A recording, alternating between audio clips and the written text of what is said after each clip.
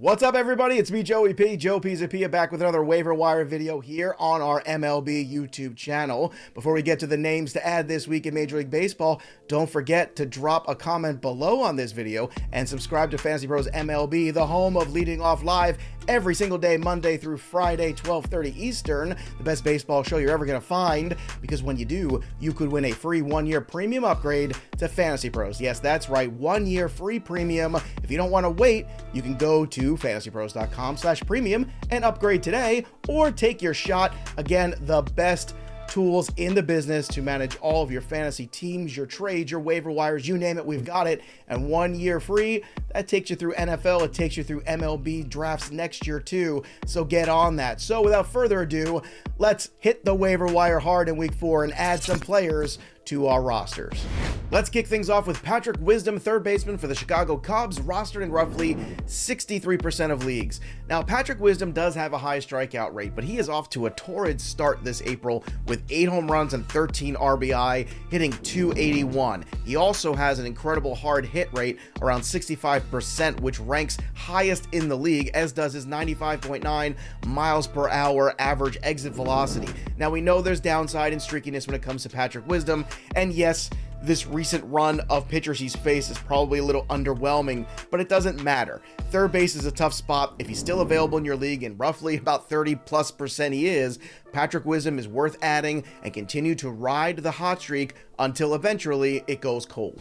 Domingo Herman, starting pitcher for the New York Yankees, 43% rostered. It was a rough start to the season for Domingo Herman, who gave up 5 earned runs in his first 7 innings, but last week against the Minnesota Twins, that 6-inning performance with 11 strikeouts and 0 walks was certainly eye-opening. The Yankees need help with starting pitching. They're running a little thin right now with injuries to guys like Carlos Rodon still lingering. So in the meantime, and possibly the long term, Domingo Herman is a guy worth adding, because the Yankees, we know, are going to be a good team, know they're going to be a contender. There will be some bumps along the road, but the way starting pitchers are dropping like flies recently, Domingo Herman is certainly worth adding to any roster, and the fact that he's still available in so many leagues is frankly shocking, considering you have seen upside from him in the past with the New York Yankees. That includes an 18-win season back in 2019. Zac Netto, shortstop for the Los Angeles Angels of Anaheim, 45% rostered. Now, Netto got off to a great start in Double-A this year over his first 7 games, hitting over 400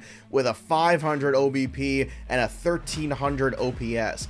But it's been a little rocky road in his early debut. He skipped AAA altogether, and this is a guy that was just drafted a few years ago. It is worth noting, though, that it wasn't like the Angels called him up because it was an injury and they were desperate.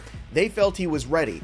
So give him some time, give him some patience, and see if Netto can develop into something of a regular everyday player that you feel good about in fantasy. He does have a little bit of speed as well in those roto leagues, and he's got some pop despite the fact that he's more diminutive in terms of size. Zac Netto has upside. Zac Netto is here for the Angels, and apparently he's going to get a pretty long look. So be patient, add him now, keep him on your bench, and if he starts to hit, he becomes either a trade bait piece or potentially your next starting middle infielder. Sticking with the Angels, let's talk about Jose Quijada, the relief pitcher for the Angels, rostered in just 22% of leagues. Now, it's worth noting that Quijada has 2 saves already on the year, and he's also got some holds as well, with 3 going into the recording of this video.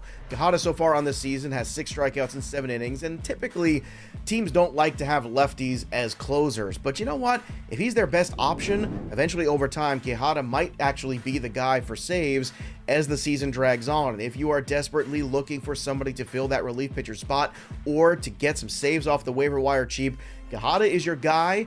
Does he have the closer role on lockdown? Not quite yet, but this is about being proactive, not reactive. So let's add him now while he's cheaper before everybody else does if he gets announced as the formal closer the rest of the season. Let's take a break from Los Angeles Angels, shall we, and talk about Mauricio Dubon, outfielder for the Houston Astros, rostered in just around 20% of leagues. Now, Chas McCormick just went on the IL. He was dealing with some vision issues and some back issues. He was a guy originally I was going to tell you to add. You might want to add him anyway, but Mauricio Dubon might be an early interesting add as well. In 14 games so far this year, he has 11 runs scored. They're not afraid to hit him at the top of the order, and he's hitting .328 on the season, so he can help you with batting average, at least in the early going. Right now, he's reaching base at a 357 clip, and I'm telling you, as long as he continues to hit towards the top of this lineup, Dubon could be a very useful quiet piece in deeper leagues, and again, help you in roto batting average, which is always a terrible deficit.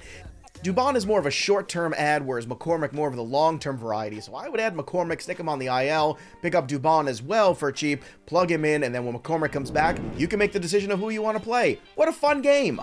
I promised I wouldn't talk more Angels, but you know what? I'm a liar. One more. Griffin Canning, starting pitcher for the Angels, rostered in just 10% of leagues. Now, if you look at Griffin Canning in the grand scheme of things, he has 218 strikeouts in 214 innings. The problem is he has 81 walks to go along with it, so at times the command can be a little off. But considering the upside of Griffin Canning and the fact he's just 26 years old, and also the way some of the guys in the Angels rotation have pitched outside of Shohei Ohtani this year, I think Canning is worth a speculative add and to see where things take it from there.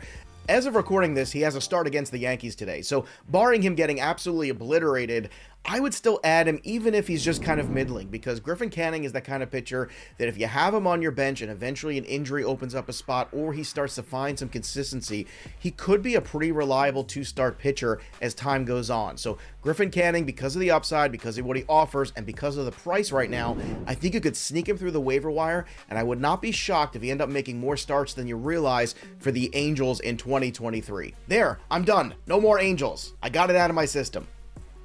Well, there you have it. Those are the names to add in Week 4 in MLB. Who are you adding? I want to know. Again, drop the comments below in the video, and don't forget to like, share, and subscribe. That'll do it for me, Joey P.